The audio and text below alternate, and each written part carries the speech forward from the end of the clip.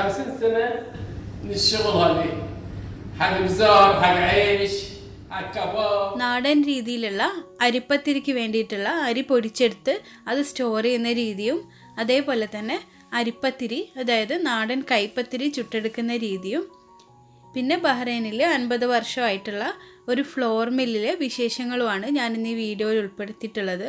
ബഹ്റൈനിൽ തന്നെ ഉള്ള ഒട്ടുമിക്ക ആളുകൾക്കും ഈ ഒരു മില്ലിനെ പറ്റി അത്ര ധാരണയില്ല. അപ്പോൾ അവർക്കിതൊരു യൂസ്ഫുൾ ആവുമെന്ന് വിശ്വസിക്കുന്നു. അതേപോലെ അരി പൊടിച്ചെടുത്ത് അത് സ്റ്റോർ ചെയ്യുന്നത് അറിയാത്തവർക്കും ഈ ഒരു വീഡിയോ നല്ല ഉപകാരപ്രദമാവുമെന്ന് വിശ്വസിക്കുന്നു. വിവിധ തരത്തിൽ പത്തിരികൾ തയ്യാറാക്കുമെങ്കിലും എൻ്റെ നാട്ടിൽ ഈ ഒരു തരം പത്തിരിക്ക് വേണ്ടി അരി പൊടിക്കുന്നത് നല്ലരിയും പച്ചരിയും കൂടെ മിക്സ് ചെയ്തിട്ടാണ്. അതായത് പുഴുങ്ങലരി, പാരബോയിൽഡ് റൈസും പച്ചരിയും കൂടെ മിക്സ് ചെയ്തിട്ടാണ്. അപ്പോൾ ഈ ഒരു ടൈപ്പ് ഞാനിപ്പോൾ ലോങ് ആയിട്ടുള്ളൊരു ടൈപ്പ് പാരബോയിൽഡ് റൈസ് അതായത് പുഴുങ്ങലരിയാണ് എടുത്തിട്ടുള്ളത്. ഇത് 3 കപ്പിന് 1 കപ്പ് പച്ചരി, അതായത് 3 കപ്പ് നല്ലരിക്ക് 1 കപ്പ് പച്ചരി എന്നുള്ള കണക്കിലാണ് ഞാനിവിടെ പൊടിപ്പിക്കുന്നത്. അപ്പോൾ വെയിറ്റ് പറയുകയാണെങ്കിൽ 3 കിലോ നല്ലരിക്ക് 1 കിലോ പച്ചരി, അങ്ങനെയാണ് ഞാനിവിടെ പൊടിച്ചെടുക്കുന്നത്. ഇതൊക്കെ ഓരോ അരിയുടെ ക്വാളിറ്റിക്ക് അനുസരിച്ചിരിക്കും. ചിലർ 2 കിലോ നല്ലരിക്ക് 2 കിലോ പച്ചരി തന്നെ മിക്സ് ചെയ്ത് പൊടിപ്പിക്കാറുണ്ട്.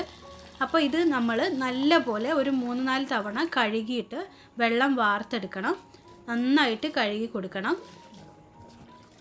ഇതേ ഒരു പത്തിരി നല്ലരി മാത്രം വെച്ചിട്ട് അരി പൊതിർത്തി അരി അരച്ചിട്ടും ചുട്ടെടുക്കാം കേട്ടോ. അപ്പോൾ ഞാനിവിടെ അരി പൊടിപ്പിച്ച് സൂക്ഷിക്കുന്ന രീതിയാണ് കാണിക്കുന്നത്, അതുകൊണ്ടാണ് പച്ചരി കൂടെ മിക്സ് ചെയ്യുന്നത്. അപ്പോൾ ഇതേപോലെ നന്നായിട്ട് കഴുകി വെള്ളം കളയുക. ഇതേപോലെ തന്നെ ഒരു 3-4 തവണ നമ്മളിതൊന്ന് കഴുകിയെടുത്തിട്ട് വെള്ളം കളയാനായിട്ട് ഒരു അരിപ്പയിലേക്ക് ഇട്ട് കൊടുക്കണം. ഞാനിപ്പോൾ വീഡിയോൻ്റെ ലെങ്ത്ത് കൂടുന്നതിനെ കൊണ്ടിട്ട് കൂടുതലായിട്ട് കഴുകുന്ന ഭാഗമൊന്നും കാണിക്കാതിരുന്നതാണ്. അപ്പോൾ ഇത് വെള്ളം കളയാനായിട്ട് ഒരു അരിപ്പയിലേക്ക് ഇട്ട് കൊടുക്കുന്നുണ്ട്. പൊടിപ്പിക്കാനുള്ള അരി കഴുകിയെടുക്കുമ്പോൾ ഒരു കാര്യം പ്രത്യേകം ശ്രദ്ധിക്കണം. നമ്മളിത് ഒരുപാട് സമയം വെള്ളത്തിലിട്ട് വെക്കരുത്, അരി കുതിർന്നു പോകും. അപ്പം നല്ലപോലെ പൊടിപ്പിച്ചെടുക്കാൻ പറ്റില്ല. പെട്ടെന്ന് തന്നെ വെള്ളത്തിലിട്ടത് കഴുകിയെടുക്കണം. പിന്നെ ഞാൻ നേരത്തെ പറഞ്ഞല്ലോ, ഞാൻ ഈ നല്ലരിയിലേക്ക് പച്ചരി കൂടെ മിക്സ് ചെയ്യുന്നുണ്ട്. അപ്പോൾ നമ്മൾ സാധാരണയായിട്ട് വീട്ടിൽ വാങ്ങുന്ന ഏതൊരു ടൈപ്പ് പച്ചരി ആയാലും കുഴപ്പമില്ല, 1 കിലോ എടുത്താൽ മതി. അഥവാ നമ്മൾ അരി പൊടിച്ചെടുത്ത് വീട്ടിൽ വന്നിട്ട് പത്തിരി ചുടാൻ നോക്കുമ്പോൾ പത്തിരി പൊടിക്ക് ഒട്ടൽ കൂടുതലാണെന്ന് തോന്നുകയാണെങ്കിൽ നമുക്ക് 3 കിലോ നല്ലരിക്ക് 1.5 കിലോ വരെ പച്ചരി ചേർത്ത് കൊടുക്കാം. അത് ഒരു തവണ നിങ്ങൾ പൊടിച്ച് നോക്കിയിട്ട് എന്തെങ്കിലും പ്രോബ്ലം ഉള്ളതാണെങ്കിൽ കൂടുതൽ ചേർത്ത് കൊടുത്താൽ മതി.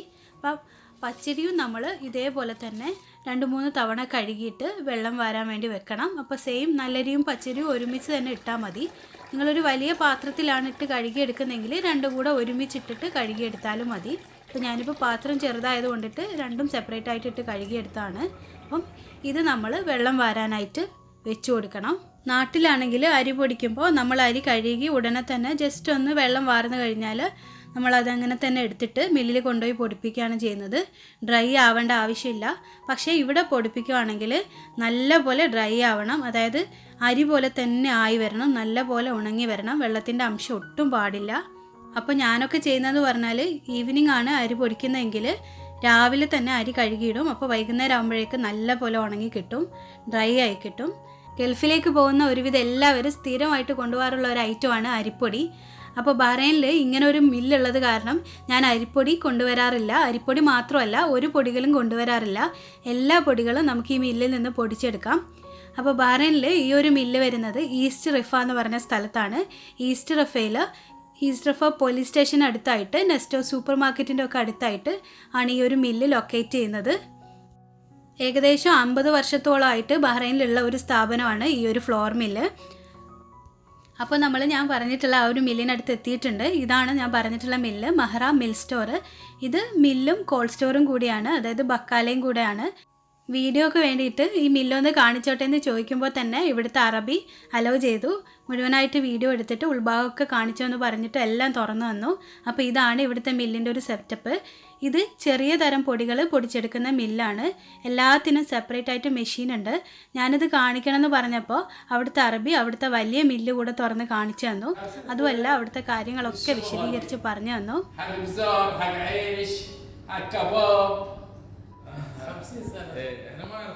നമ്മൾ ഫ്രഷായിട്ട് ഐറ്റംസ് കഴുകി കൊണ്ടുപോയിട്ട് പൊടിപ്പിക്കുന്നതിനേക്കാൾ അപ്പുറത്തേക്ക് അവരുടേതായ പ്രൊഡക്റ്റ്, അതായത് മഹ്റ മിൽ സ്റ്റോറിൻ്റെതായിട്ടുള്ള ഫ്രഷ് ആയിട്ടുള്ള പ്രൊഡക്റ്റും അവിടെ അവൈലബിൾ ആണ്.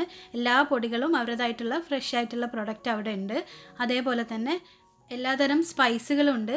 അപ്പോൾ നാട്ടിൽ നിന്ന് ഡിഫറെൻ്റ് ആയിട്ട് നമുക്ക് കടലമാവ്, കാപ്പി എല്ലാം ഇവിടുന്ന് ഫ്രഷ് ആയിട്ട് പൊടിച്ചെടുക്കാം. അതിനുള്ള എല്ലാ മെഷീനുകളും ഈ ഒരു മില്ലിലുണ്ട്.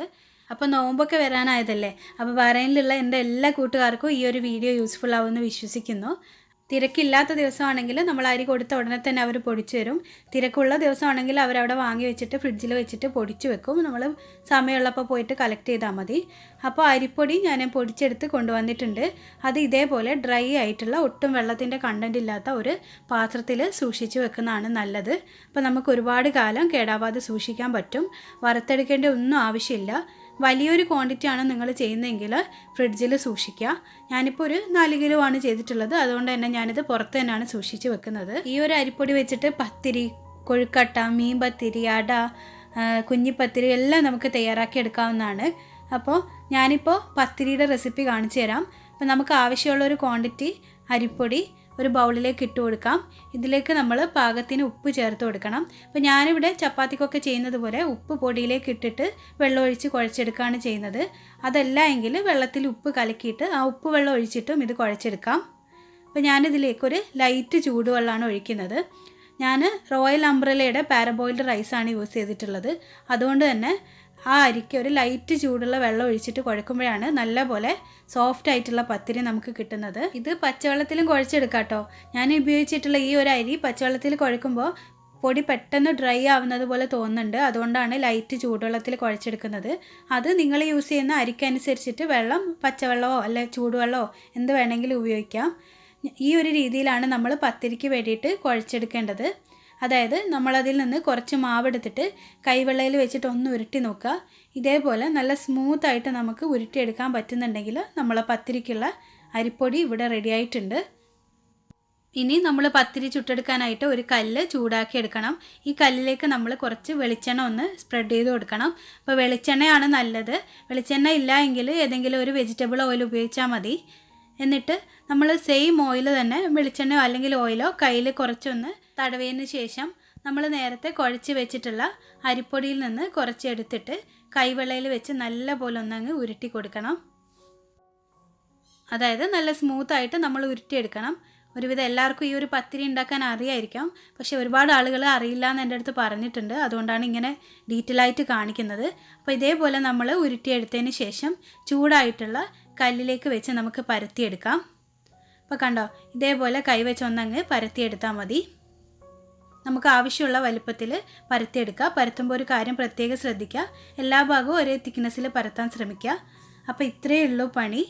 അഥവാ നിങ്ങൾക്ക് ആ ഒരു രീതിയിൽ പരത്താൻ പറ്റുന്നില്ല, കൈ പൊള്ളും എന്നൊക്കെ പേടിയുണ്ടെങ്കിൽ ഇതേപോലെ ഒരു വാഴയില എടുത്തിട്ട് ആ വാഴയിലയിൽ കുറച്ച് ഓയിൽ തടവിയിട്ട് നമുക്ക് നേരത്തെ ചെയ്തതുപോലെ തന്നെ കുറച്ച് പൊടിയെടുത്ത് കൈവെള്ളയിൽ വെച്ച് ഒന്ന് ഉരുട്ടിയെടുത്തതിന് ശേഷം വാഴയിലയിൽ പരത്തി കൊടുക്കുക.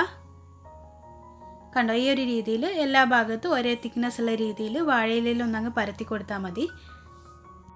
എന്നിട്ട് നമുക്ക് ഇതുപോലെ കയ്യിലെടുത്തിട്ട് ചൂടായ കല്ലിലേക്ക് വെച്ച് കൊടുക്കാം. കണ്ടോ, ഈ ഒരു രീതി കൈ പൊള്ളുമെന്ന് പേടിയുള്ള ആളുകൾക്ക് വളരെ എളുപ്പമാണ്. കൈ പൊള്ളാതെ തന്നെ ചെയ്യാൻ പറ്റും. അപ്പോൾ ഗൾഫിലൊക്കെ ആകുമ്പോൾ നമുക്ക് വാഴയില കിട്ടാൻ അത്ര എളുപ്പമല്ല. അതുകൊണ്ട് തന്നെ ഒരു എളുപ്പ വിദ്യ കൂടെ ഉണ്ട്. ഒരുവിധം എല്ലാവരും ചെയ്യുന്ന ഒരു വഴിയായിരിക്കാം. ഇതേപോലെ ഒരു കവർ എടുക്കുക. ഞാനിപ്പോൾ ഒരു സിപ്പ് ലോക്ക് ബാഗാണ് എടുത്തിട്ടുള്ളത്. അതിൻ്റെ 2 അറ്റവും കട്ട് ചെയ്ത് കൊടുത്തിട്ടുണ്ട്. എന്നിട്ട് ഇതിൽ 2 വശവും നല്ല പോലെ ഓയിൽ തടവി കൊടുക്കുക. അതായത് നമുക്കൊന്ന് മടക്കിയെടുക്കാൻ പറ്റുന്ന ടൈപ്പ് ഒരു കവർ എടുക്കുക. എന്നിട്ട് ആവശ്യത്തിനുള്ള അരിമാവ് കയ്യിലെടുത്തിട്ട് നേരത്തെ പോലെ തന്നെ ബോളാക്കി എടുത്തിട്ട് ഇതേപോലെ ഒരു സൈഡിൽ വെച്ച് കൊടുത്തതിന് ശേഷം ആ കവർ ഒന്ന് മടക്കിയെടുത്തിട്ട് ഇതിന് മുകളിലായിട്ട് ഫ്ലാറ്റ് ആയിട്ടുള്ള എന്തെങ്കിലും വെച്ചൊന്ന് പ്രസ് ചെയ്താൽ മതി. അതായത് ഇതുപോലെ ഒരു പ്ലേറ്റോ അല്ലെങ്കിൽ ഒരു മൂടിയോ എന്തെങ്കിലും വെച്ചിട്ട് ഇതേപോലെ ഒന്നങ്ങ് പ്രസ് ചെയ്താൽ മതി. അപ്പോൾ നമുക്ക് ഈസി ആയിട്ട് പരത്തിയെടുക്കാൻ പറ്റും. കണ്ടില്ലേ, വളരെ എളുപ്പമാണ്. പെട്ടെന്ന് തന്നെ കൈ പൊള്ളുന്നുള്ള പേടിയില്ല. അതേപോലെ വാഴയില ഇല്ല എന്നുള്ളൊരു പ്രശ്നവും ഇല്ല. ഇതെല്ലാവർക്കും ചെയ്തെടുക്കാൻ പറ്റുന്നതാണ്. അപ്പോൾ ഇതേപോലെ നമ്മൾ പരത്തിയെടുത്തതിന് ശേഷം നേരത്തെ ചെയ്തതുപോലെ തന്നെ ചുട്ടെടുക്കാം. പത്തിരിക്കല്ലിൽ ഇട്ട് കൊടുക്കാം. അപ്പോൾ പത്തിരിക്കല്ലിൻ്റെ കാര്യം പ്രത്യേകം ശ്രദ്ധിക്കണം. ഇരുമ്പ് കല്ലുണ്ടെങ്കിൽ അതിൽ ചുടുന്നതാണ് നല്ലത്. ഞാനിപ്പോൾ നോൺ സ്റ്റിക്കിലാണ് ചെയ്യുന്നത്. അതുപോലെ നല്ലപോലെ ഓയിൽ സ്പ്രെഡ് ചെയ്ത് കൊടുക്കുക. മീഡിയം ഹീറ്റിൽ വെച്ചിട്ട് ചുട്ടെടുക്കാൻ ശ്രമിക്കുക. എങ്കിലേ നമുക്ക് പെട്ടെന്ന് തന്നെ ഉള്ളി വേവായിട്ട് കിട്ടുകയുള്ളൂ. ലോ ഹീറ്റിൽ വെച്ചാൽ പത്തിരി ഒരു വാടിപ്പോയ പോലെ ആയിപ്പോവും. അപ്പോൾ അത് പ്രത്യേകം ശ്രദ്ധിക്കുക. മീഡിയം ടു ഹൈ ഫ്ലെയിമിൽ വെച്ചിട്ട് നമ്മൾ ചുട്ടെടുക്കാൻ ശ്രമിക്കുക. 2-3 തവണയായിട്ട് നമ്മളിത് തിരിച്ചും മറിച്ചും ഇട്ടിട്ട് ചുട്ടെടുക്കണം. അപ്പോൾ ഓരോ തവണ തിരിച്ചിടുമ്പോഴും കുറച്ച് ഓയിൽ കൂടെ ഒന്ന് സ്പ്രെഡ് ചെയ്ത് കൊടുക്കുന്നത് നല്ലതാണ്. അപ്പോൾ നമ്മുടെ പത്തിരി പെട്ടെന്ന് തന്നെ മൊരിഞ്ഞ് വരും. അപ്പോൾ ചിലരൊക്കെ ഒരു വൈറ്റ് കളറിൽ തന്നെയാണ് ഇത് ചുട്ടെടുക്കുന്നത്. അതായത് ഒരുപാട് മൊരിയാൻ വെയിറ്റ് ചെയ്യില്ല. ഇതേപോലെ ടോപ്പിൽ റെഡ് കളർ ആവാൻ വെയിറ്റ് ചെയ്യാറില്ല. പക്ഷേ എനിക്കിവിടെ കുറച്ചൊരു ഇതേപോലെ നല്ല പോലെ മൊരിഞ്ഞ പത്തിരിയാണ് ഇഷ്ടം. അതുകൊണ്ടാണ് ഇതേപോലെ നല്ല കളറാവുന്നത് വരെ വെയിറ്റ് ചെയ്യുന്നത്. അപ്പോൾ നിങ്ങൾക്ക് ആ ഒരു രീതിയിലാണ് ഇഷ്ടമെങ്കിൽ വൈറ്റ് കളറിൽ തന്നെ മീഡിയം ഹീറ്റിൽ വെച്ചിട്ട് ചുട്ടെടുക്കാവുന്നതാണ്. അപ്പോൾ ഞാനിവിടെ എല്ലാ പത്തിരിയും ചുട്ടെടുത്തിട്ടുണ്ട്. വളരെ എളുപ്പമാണ്. സിമ്പിളായിട്ട് നമുക്കിത് ചുട്ടെടുക്കാൻ പറ്റും. ചുട്ടെടുത്ത പത്തിരി ഒരു കാസറോളിലാണ് നമ്മൾ സൂക്ഷിച്ച് വെക്കുന്നത്, ഡ്രൈ ആവാതിരിക്കാനായിട്ട്. അപ്പോൾ ഇതേപോലെ അടിയിൽ ഒരു പ്ലേറ്റ് വെച്ച് കൊടുത്തു കഴിഞ്ഞാൽ ഈർപ്പം താഴേക്ക് പോയിട്ട് അടിഭാഗത്തുള്ള പത്തിരികൾ നനഞ്ഞു പോവില്ല. അതിൻ്റെ മുകളിലായിട്ട് വെച്ച് കൊടുത്താൽ മതി. അപ്പോൾ ഇതേപോലെ പത്തിരി കാസറോളിൽ വെച്ചിട്ട് നമുക്ക് അടച്ച് വെച്ചിട്ട് ആവശ്യമുള്ളപ്പോൾ ഉപയോഗിക്കാം. എല്ലാ തരം കറികളുടെ കൂടെയും, അതായത് ചിക്കൻ കറി, ബീഫ് കറി, ഫിഷ് കറി, അങ്ങനെ ഏത് തരം കറികളുടെ കൂടെയും നല്ലൊരു കോമ്പിനേഷനാണ്. ഈവൻ ഒരു ചമ്മന്തി ഉണ്ടെങ്കിൽ വരെ നമുക്ക് ഈ പത്തിരി തിന്നാം. അത്രയ്ക്ക് ഈസി ആയിട്ടുള്ളൊരു ബ്രേക്ക്ഫാസ്റ്റാണ്. ഒരുവിധം എല്ലാവർക്കും അറിയുന്നതായിരിക്കാം. അപ്പോൾ അറിയാത്തവർ ഈ ഒരു വീഡിയോ മറ്റുള്ളവരിലേക്ക് ഷെയർ ചെയ്യാനും ലൈക്ക് ചെയ്യാനും അഭിപ്രായങ്ങൾ കമൻറ്റ് ചെയ്യാനും മറക്കരുത്.